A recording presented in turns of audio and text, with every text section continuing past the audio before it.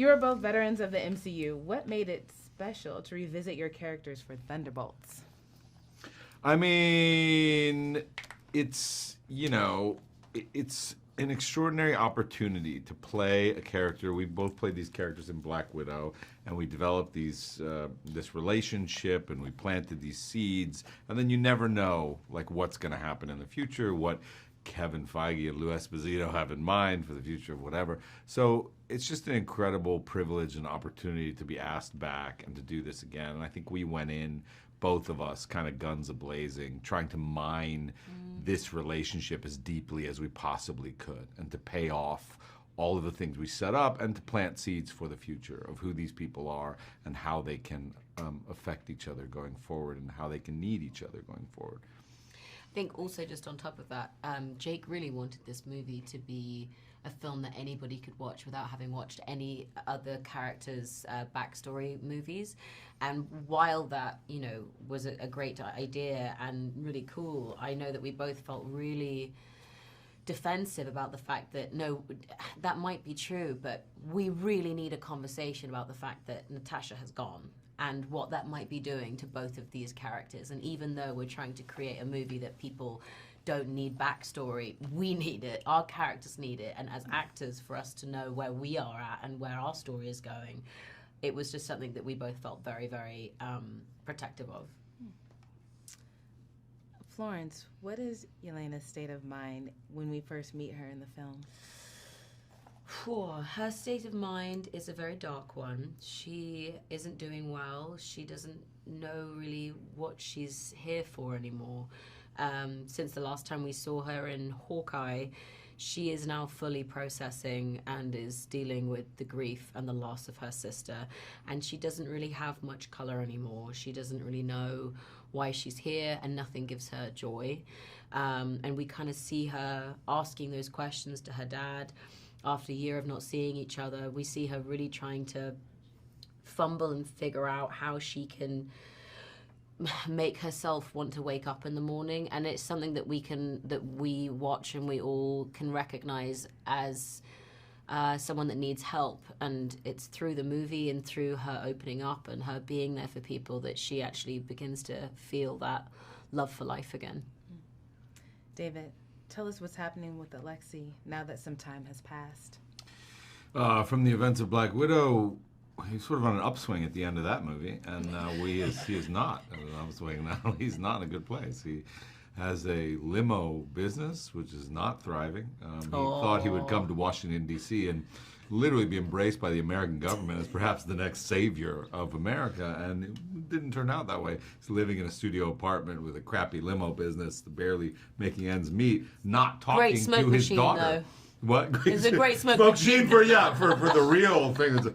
No, he not even talking to his daughter because he is unable to process the guilt around Natasha's death. He's unable to process what it means to be a dad to her or what he has to offer her. I think he's lying to himself in many different ways and desperately clinging to some former glory. And so that's where we find him. And it's a great place to start because it means that he has a tremendous journey to go on should he choose to accept it. And luckily in this movie he does. What makes this band of heroes relatable? Oh, that they make so many mistakes. And they hate themselves. So much. And they're struggling to work with one another. They don't know how to share. They don't know how to. They don't know how to ask for help. They don't know how to ask for. They also are just like they're so used to being such lone wolves that they don't know how to even communicate or how to have any etiquette. And I think there's something quite wonderful and charming about watching all of those. What's the word? Attributes. Yeah. Together. Yeah. My brain. No, it's great attributes. Yeah. You were like, what's the word? I was like, misfits? Yeah, like, there you go. Crazy people. Yeah. Yeah. Watch them try to team up because they do team up despite their willful trying not to, and their willful need to believe that they are unlovable, unforgivable, unworkable in this world, they do wind up coming together. What was your experience working with director Jake Schreier? What is his style? Oh, it was amazing working with Jake. He, all of the things that we've said that we loved about making this movie, it was him that really argued for it and defended the themes of this movie. So it just was a huge honor to be able to do a Marvel movie in this way. And what was he like to work with?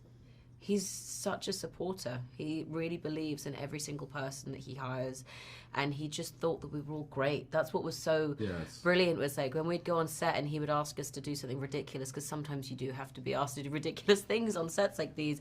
He'd be like, now I know, but can you just trust me because you're amazing and you'll sell it? And you're like, okay, I'll do the thing. He did make us all feel very loved. So loved. And it was genuine. Like, I think he says it many times in interviews, and I believe him every time he says it, he just says, like, why'd you want to do this movie? And he's like, this cast. Yeah. He's like, can you imagine having this cast together? Yeah. And you're just like, oh, yeah, you really do love us. Really, really loves us. And that's a beautiful thing to walk onto set and know that you're going to be taken care of by a director in that way and not compromised for some other department. And so it was really nice. Last question. If you could use only one word to describe this film, what would it be and why? Surprising. What about you?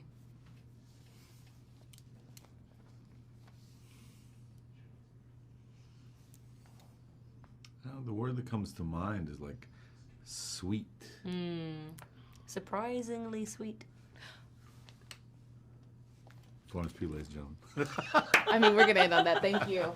Bucky Barnes is back, but this time in a new position. Tell us where we find him at the start of the film and what his state of mind is.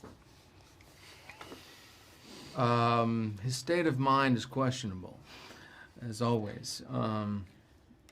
It is sort of a passive-aggressive, dormant state of mind. The suit feels uncomfortable. Maybe subconsciously he's growing his hair out, hoping someone will object. Basically, he's just trying to get someone to, pay attention. And I'm not sure he knows how to do it very well as a congressman, but he is trying to use it in a way to keep an eye on Valentina and what she's up to, because he's got a real big suspicion about her. Wyatt, where is John Walker now, and how is he faring after the events in The Falcon and the Winter Soldier? John Walker's been in some undisclosed location for months. Presumably murdering people, right? Because he can do that now. Works for Val. And you find him in a precarious situation with three other of our lovely castmates and Thunderbolts, soon to be. And they have to figure out how to get out of the situation that they're in. And by doing this, they become more fully realized versions of themselves and incredible teammates on the most incredible team that the MCU has ever seen. Right? What about Bob? Besides Marvel's signature action, there's a lot of humor in the film despite its darker tone. As an actor, how important was it to you to have moments of levity in the story? Very. When a movie takes itself too seriously, it can really be not fun. And part of the experience of being in a Marvel movie is like, let's have some fun.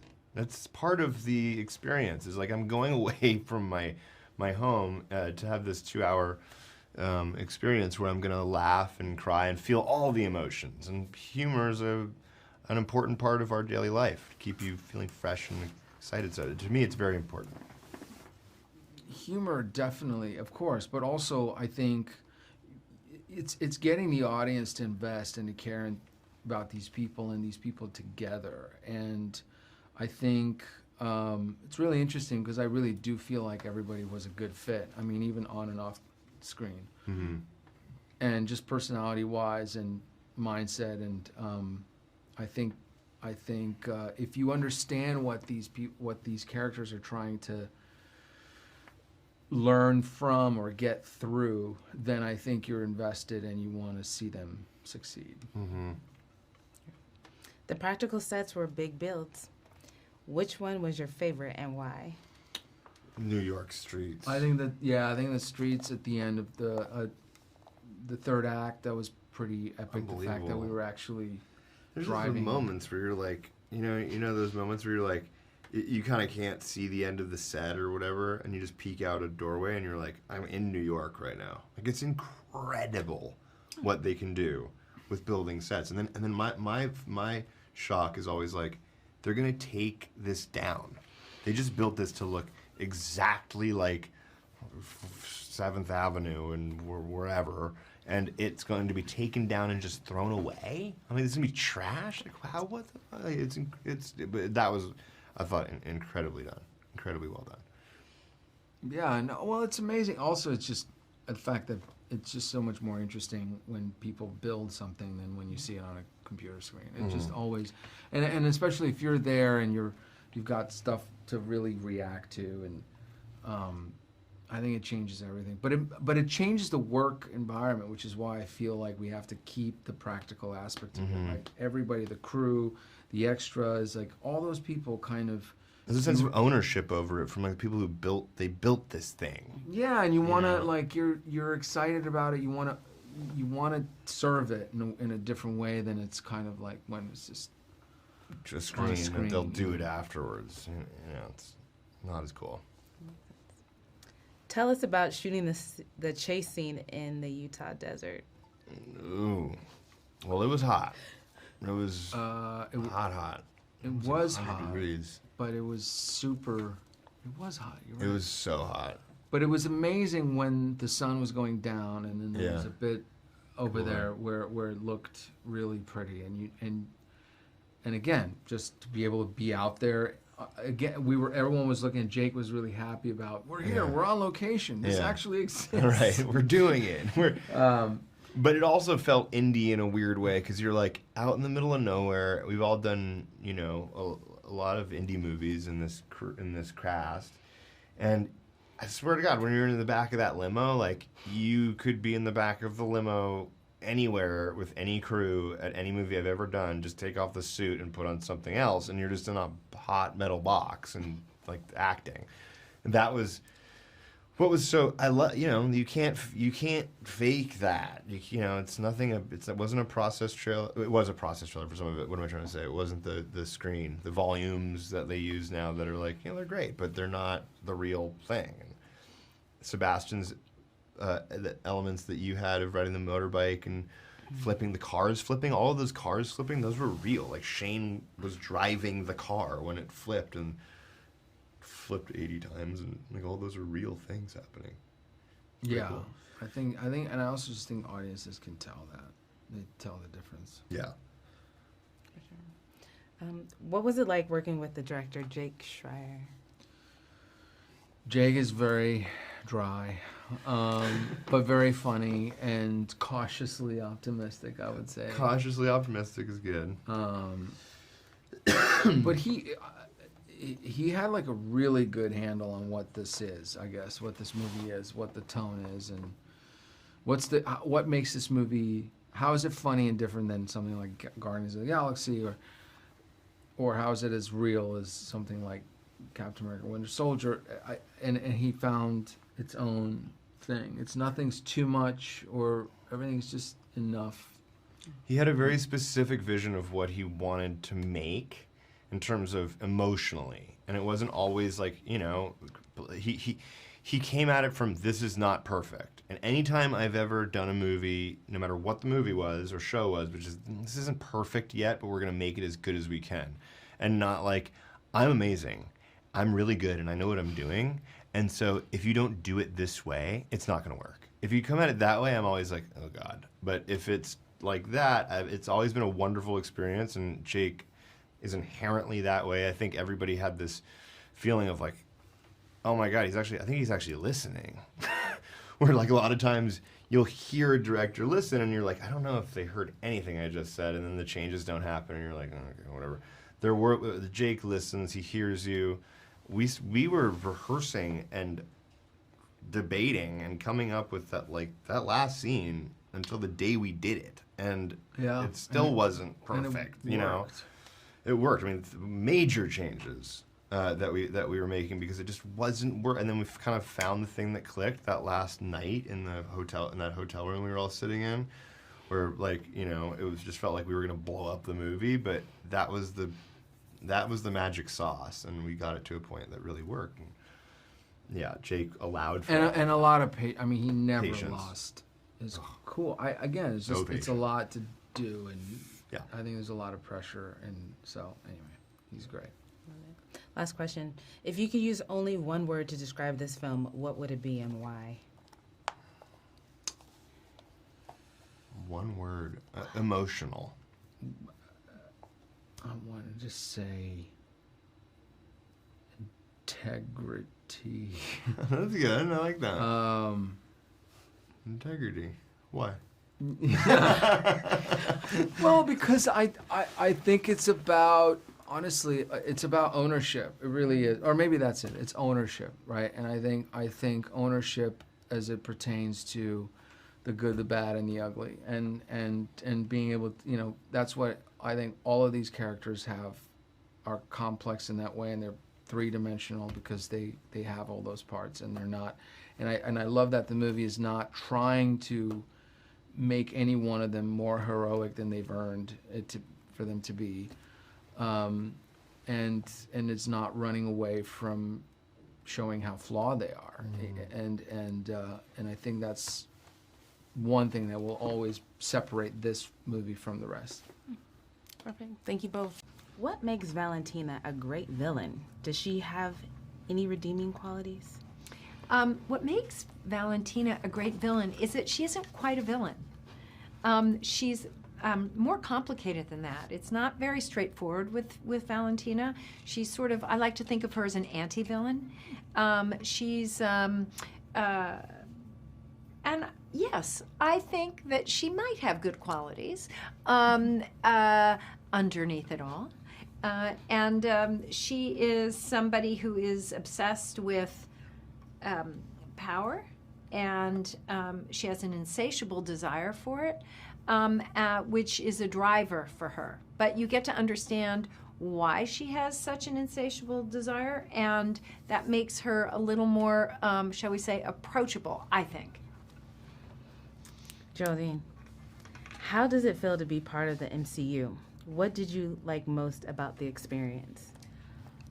I think, ever since, I think being a part of the MCU is sort of like beyond a dream for me. Although my mother did see a psychic about 10 years ago, and the psychic said that I would be in a superhero movie. So sometimes, maybe it was written in the stars, but it was just, when I got the call, I couldn't believe it. And especially to be entering the universe with this movie, I feel really honored because just the company that I'm in, and Jake, the director, and just the whole team around this is, exciting even outside of the Marvel universe. Like, it's just the whole kind of package is a dream.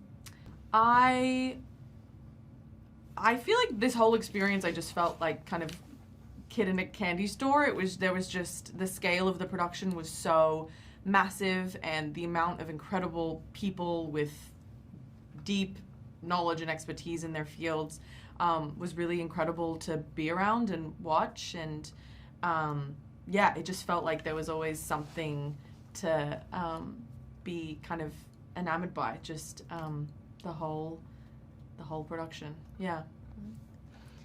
Julia, give us an idea of where we find Valentina at the start of the film. At the start of the film, we find Valentina as the director of the CIA, but she's a little bit in the hot seat. There's a congressional hearing about her background and her,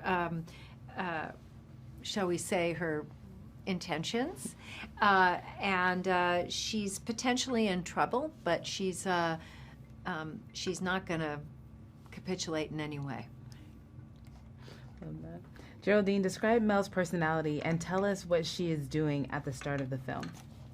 Yeah, I think think Mel is very ambitious and smart and savvy and a good student. I think that she wants to impress Valentina, who's a very, powerful, successful, impressive woman.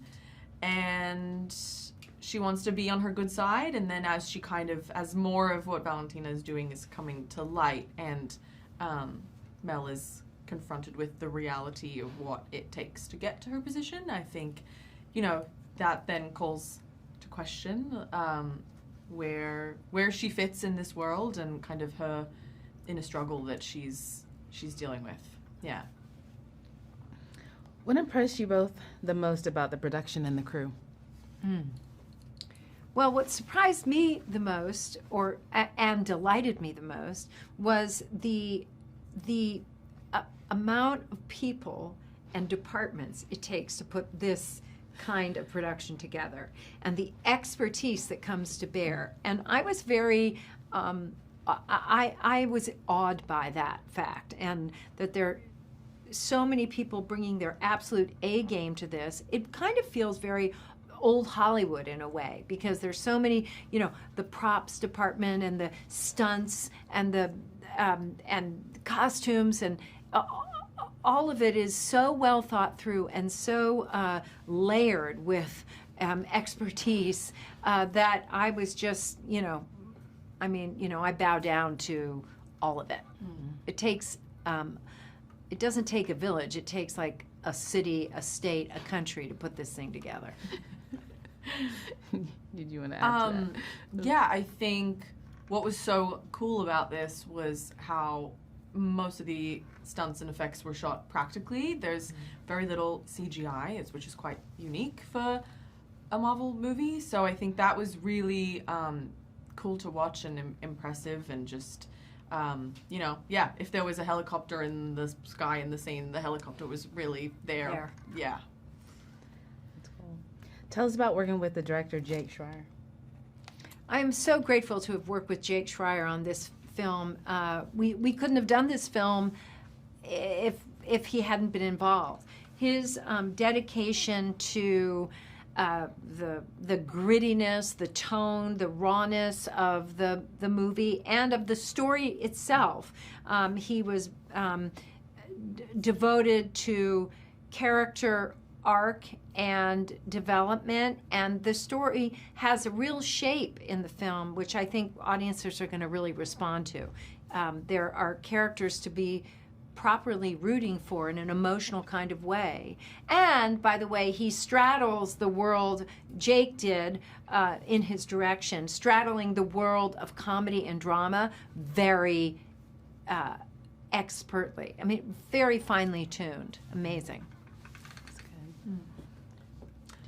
I think Jake is such a brilliant filmmaker and really brought his kind of, excellent taste and instincts to this, and is just an incredibly thoughtful, it's so detailed in his work, and I think it really kind of, the film is so much richer for his input.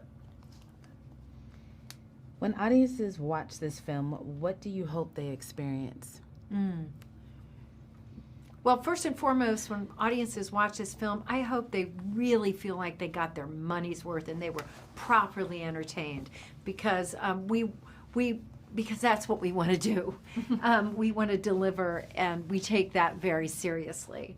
I hope also that there are certain themes in the film that the audience will walk away with and feel, have a think about, or see how these ideas apply to their own life.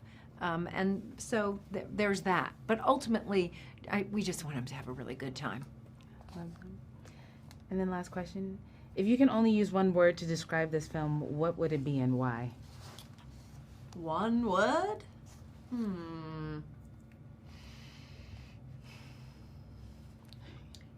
Can it be hyphenated? Hey. Big ass fun. Hey! Love that! Big ass fun, one word. That's good. Entertaining. entertaining? Yeah, I think so. Thank you both. I Thank you. appreciate it. Thank you. That was awesome. Hannah, tell us what Ava, aka Ghost, has been up to since we last saw her. What has Ava been up to since we last saw her? She's been causing mischief and mayhem. She's been... I mean, where we last find her in Ant-Man and the Wasp, you know, Janet Pym has healed her, and she's now not so volatile. She's not naive. She's not immature. She's not surviving, and she's not in pain. She's very much employed in this. She hasn't found a family, a friendship, or anything. She's very much alone. She's found her power. She's found her calm. She's found her control, and I think she's dangerous. But I think she's very much got her guard up. She's a bit of a stubborn mule, very sarcastically, but she's got her Fort Knox up. She's not prepared to play with others. Louis, how does it feel to be part of the MCU and bring Sentry to life on screen? Oh, there's a lot of feelings around that. They're all very excited and glowing and good feelings, obviously. And then there's also feels like there's a lot of responsibility that I'm mostly putting on myself because I care so deeply about this story, and I've been such a fan of Marvel for so long. And I know what it means to be a fan of something, you know, and it's a real, it's not a task I take lightly, you know. I think that to inhabit a character that's been around for so long is rightfully, it's a challenge because there's so many things that we love about the characters that we love, and that we grab so tightly onto them because they do feel so comfortable, like a comfort blanket. And so I wanted to make sure not to step on sacred grounds in that way. I think I was lucky that I am playing this character because I felt like I had so much to draw from, and I felt like I had you know, a lot of the themes that he kind of deals with and goes through, I think were felt very like places I had kind of already kind of traversed through, and so I think that's another reason why I felt like I really wanted to do it justice, because I was like, I know what this feels like, and I should be able to convey that, and so I just wanted to make sure that I did that. Luckily, I had the most amazing cast of all time surrounding me, and one of the best directors around, and the entire Marvel team like helping me and putting wind in my sails. So I couldn't have been in better hands. There are complex, multi-dimensional characters in this film. As an actor, what was important for you to convey about your characters? I think as an actor, you bring, you know, you do relate to the character in your own way, in your own self, because, you know, at the end of the day, I'm not a ghost, so I can't, you know, sit here and go, so I phased yesterday. Like, it's the emotional and complex, you know, making these characters 3-dimensional, 4-dimensional. It's connecting with what the character, what the struggles are of the characters, which is what, you know, we want the audience to feel relatable. I can relate to my character. You know, there's, you know, when you have your guard up, there's, you know, the idea of loneliness. There's also sometimes not believing you can deserve to be a hero, or forgiveness, or second chances. And I think, yeah, I definitely draw, you know, personal experiences as an actor with you know, who I'm playing, which you can start from, and that just starts from a real heartbeat in a real place.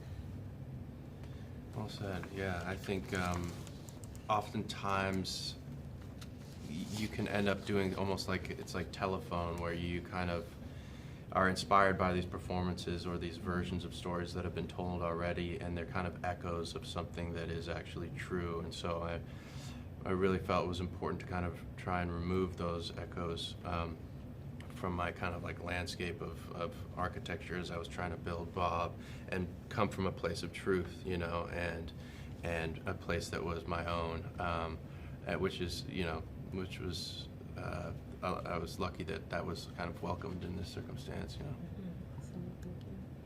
Tell us about working with costume designer Sonia Hayes and what the most fun for you was in the process. Oh my goodness, Sonia Hayes She's is a wonderful. genius. Absolute genius. She's so brilliant. Absolute genius. I mean, the costumes are intricately beautiful, and they are exactly designed to us and our and its storytelling in itself. It's its own character, I think. The costumes, Ghost's costume in this is unbelievable, and it's its own force to be reckoned with in this movie, and yeah, so talented, incredible. Yeah, I've never worn costumes quite like it. If they do feel like they're from another planet, like they feels like garments that don't exist here on Earth or something. And so, and then to have them tailor-made to your body is a very bizarre experience where it's like this will not fit anyone as well as it fits me, which is a really empowering kind of thing for somebody like Sonia to give an actor, you know. Yeah, she's like, honestly, she really has given Ghost her posture.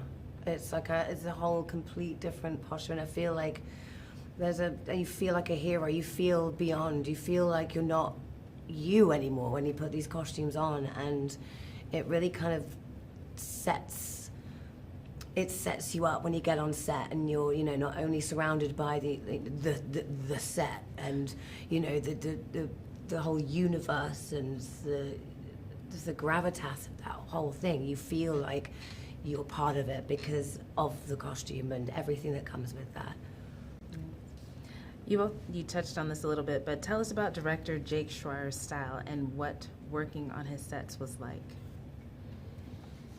Amazing. Yeah, it was amazing. I mean, he's genius. a total genius. I think it's a hard task to come into a world like this and operate in a comfortable way. And there was never a single point where I was like, oh, yeah, it's just every day I was like, there's nobody better fit for this than you, because he really understood the assignment, as people say on the internet these days. He really was like, while also challenging it and also being like, I understand what world I'm operating in, but I also kind of want to push the boundaries and nudge them and kind of like see where where it can be expanded a little bit and where there's room to grow within it, which is a commendable trait to have as a director. Mm-hmm. I'd follow him to the end of the earth. Yeah, you certainly felt really completely in safe hands, and really trusted his guidance and the patience, the nurturing of the characters, and he really is an Einstein of a director, and very meticulously, just so, I think, inspiring to really tell these characters' stories as well. It's a perfect match, if you will. Yeah. Did you have to prepare physically for your roles, and what type of training did you do? Yes. Lots of hot yoga. Did a lot of hot yoga. We had incredible, we all trained, and not only with stunts, we had incredible trainers. You had to train a lot for. we all did, but you really did. Yeah, I mean, that was a hard challenge because there's multiple body types that really only make sense for certain characters, right? So in the beginning, playing Bob, he's supposed to be kind of smaller, and I did as much with my body language as possible. But then also I worked with this trainer, Brendan, who really we worked hard to get him in a place that was really strong physically, but lean, so that it looked like he was kind of vacuum sealed. and then we literally had 2 weeks before his reveal, and at which point we thought there was going to be kind of a pretty serious reveal. So I was like, we'd finish the day at like 9, and then I'd go work out for like 2.5 hours, and then I'd work on lines, and I'd go to bed, and I'd wake up at like 5 in the morning. And I was like, it was really important to me because I was like, it irks me when I watch something and their power is dissonant to their physical presence, And so I really wanted that to be as believable as possible. Obviously, powers can look and materialize in a lot of different ways, but it was important to me that there's some sort of thing in the serum that actually starts to kind of like metastasize within his body. And you don't see much of that on camera, when I did, but it really helped. When you see it, it gets a reaction. And when you, and also when you're doing all those stunts, which I hadn't Yeah. had much experience with, it's really helpful to be able to have that Yeah. stamina and be able to do it over and over and over again. So being literally strong Yeah. and fit for that was like very, very important. Yeah. And the reason why, like, I mean, for me, it goes, like, the reason why I really connected to the hot yoga as well is because, I mean, I did a lot of it, and I know we all joked about it, but it's because, do you know what it is? It's a whole different training to Ava Star one in my previous movie, Ant-Man and the Wasp, because in this one it's a control, and it's keeping control and doing all the positions in hot yoga and keeping focused, and it was this kind of different training and energy that I was connecting with a lot with this energy that I was bringing onto set with the training. So yeah, I mean, That makes but I sense. did a lot. But yeah. It's punishing. I Yeah. didn't do any of that. That's insane. And we all ate what we did, chicken, Yeah. rice, protein, nutrients. Yeah, a lot. Whole different meal plan. Last question. If you could use only one word to describe this film, what would it be and why?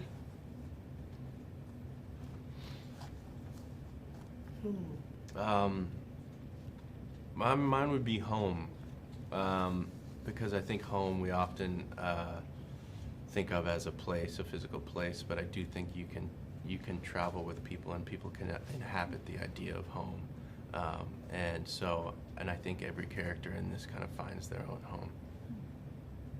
I'm going to say journey because you see the characters physically go on a journey in the desert in a certain limo.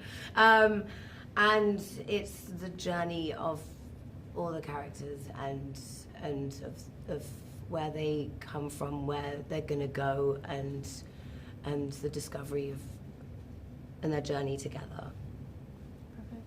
Thank you both. Appreciate Thank it. you. Appreciate it. What was your reaction when you were tapped to direct Thunderbolts? Were you a fan of the MCU?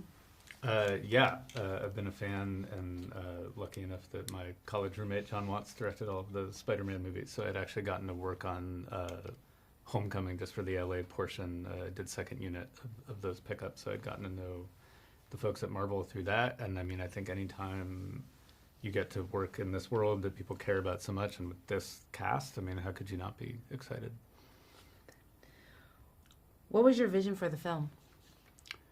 I think, one thing that's nice about this movie is it's about a team up, and I think that it's not as much about my particular vision as all these great people that came together to really try and make something different. So Eric Pearson had written this really interesting flip on what you might expect this film to be, which was about kind of sending these people to kill each other and be thrown away, and developed that with Brian Chapek, our wonderful executive producer. I felt like what I could bring to it coming off of doing Beef was this idea of really going into a more internal version of that story and trying to get at some character ideas, and especially like in the way that if Sentry the Void is going to be your antagonist, like what should your protagonist be going through that really connects with that we tried to bring, and then eventually brought in a lot of those collaborators from Beef, where Lee Sung-jin came in and did numerous drafts of the script. Grace Yoon, our wonderful production designer, Harry Yoon, our editor, and a whole bunch of wonderful collaborators kind of came together to make that story. And then, of course, Joanna Callow came in, who had written on season 1 of Beef, but also co-created The Bear, and just brought so many more of those character dynamics to life throughout the process. What is the tone of the film, and does it have an overarching theme? I think if there is a theme to the movie, it's about isolation and this question of, there's a line that Yelena says to Bob at one point that he repeats back to her as the Void, where she says, "We're all alone, all of us," and I think the question of the movie is, is that true, or does it have to be true? Do we have to be alone in this? Like when we're going through something, when we experience shame or thought loops, like do we have to exist in that, in isolation, or through connection, could we maybe find a way out of those things? And, obviously the hope is that through connection we can get out of there. And, I think that's something that I've certainly experienced, and I have friends that have gone through, different versions of, on a more internal level, some of the big external ideas of what a rich character, Bob, Sentry the Void is, that it felt like we could tie all those things together. And, you know, it was nice. We spoke with Paul Jenkins, who created the character of Robert Reynolds, Sentry the Void, with Jay Lee. And, you know, for him, the character was always a parable for mental health. And so it felt like that was the only way we were going to be honest to that creation, is to take that and run with it and find our own way into what that character was. What is the timeline of the film, and where does it fit in the MCU?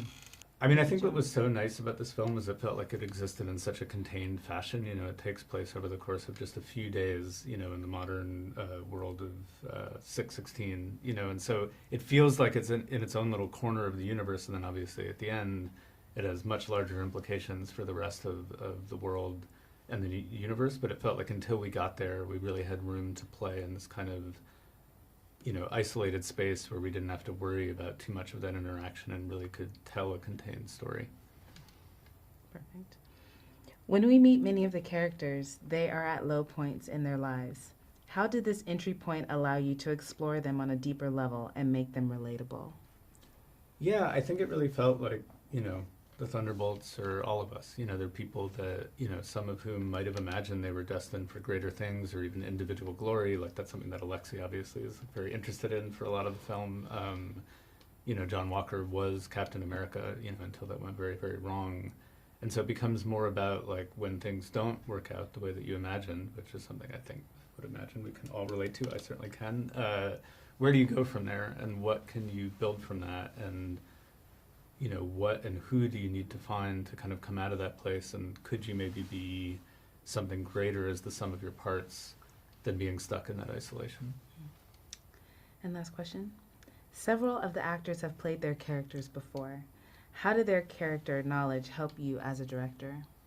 I think part of it is just to have actors this good is always just a privilege as a director. It makes your job very easy. But I think also, you know, to make a good movie, you want to feel like not only that everyone brought their best and we had an amazing cast and crew on this film, but also that they brought something of themselves into it. And all of these actors care so deeply about their work and about the characters that they portrayed. And so it is that interesting dialogue, because in order to make a movie, you need to have a new conflict, a new want, a new need, a new arc for them to play, but it also needs to feel honest to the character that they've also brought to life. And so there was a lot of really interesting discussions in those kind of weeks of rehearsal beforehand, where we didn't really rehearse so much as just go through the script, really talk about where it was heading, like what it was establishing, and how they could sort of, you know, adjust it and bring things to it that made it feel more personal to them and to the character that they were so protective of. Thank you. Okay. I appreciate That's great. it. It was